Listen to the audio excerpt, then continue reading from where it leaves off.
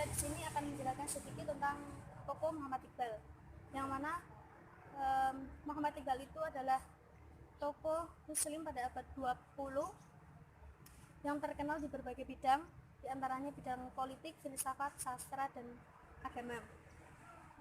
Beliau lahir di Sialkot pada tanggal 22 Februari tahun 1873. Ayah beliau bernama Nur Muhammad, ibu beliau bernama Imam Bibi. Beliau berasal dari kasta Brahma Kashmir, yang mana beliau sejak kecil itu belajar dengan ayahnya Nur Muhammad yang dikenal sebagai ulama terkemuka pada masa itu. Selanjutnya, setelah belajar dengan ayahnya, Muhammad Iqbal itu dimasukkan ke Scotch Mission School di Sialkot. Ya, di situ beliau belajar agama, belajar bahasa Persia dan bahasa Arab pada Maulawi Sir Hasan. Selanjutnya, beliau melanjutkan di Government College di Lahore. Beliau bertemu dengan Sir Thomas Arnold dan di situ beliau belajar tentang kefilsafatan. Setelah itu beliau melanjutkan lagi di Universitas Cambridge di Inggris. Lalu beliau melanjutkan lagi di Universitas Munich di Jerman.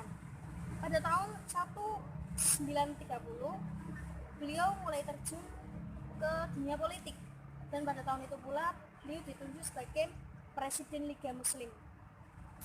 Beliau wafat pada tanggal 21 April 1936. Selanjutnya saya akan membahas tentang pokok pemikiran Muhammad Iqbal. Sebelumnya, latar belakang pemikiran Muhammad Iqbal itu adalah adanya ketertinggalan atau kemunduran berpikir umat Islam pada masa itu.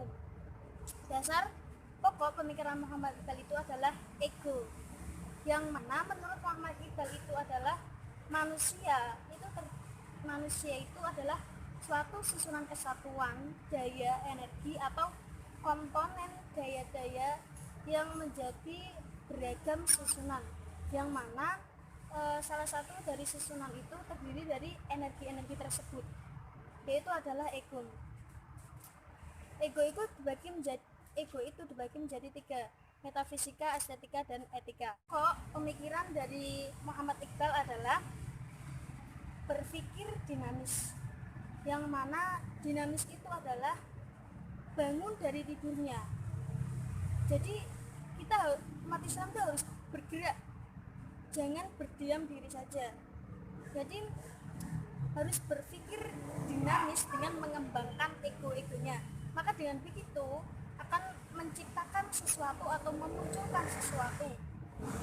Selanjutnya yaitu implementasi pemikiran Muhammad Iqbal terhadap Keindonesiaan. Saat ini umat Islam mayoritas di Indonesia itu mengalami kemunduran dalam bidang teknologi, yang mana menurut pemikiran Muhammad Iqbal, sebagai umat Islam kita harus bergerak, kita harus menggerakkan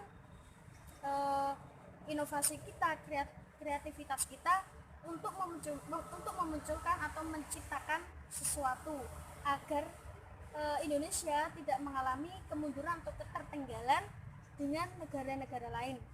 Selanjutnya, dalam hukum, suatu hukum itu seharusnya tidak bersifat statis, harus bersifat dinamis. Jadi menurut Muhammad Iqbal, kita harus membuka pintu ijtihad untuk umat Islam.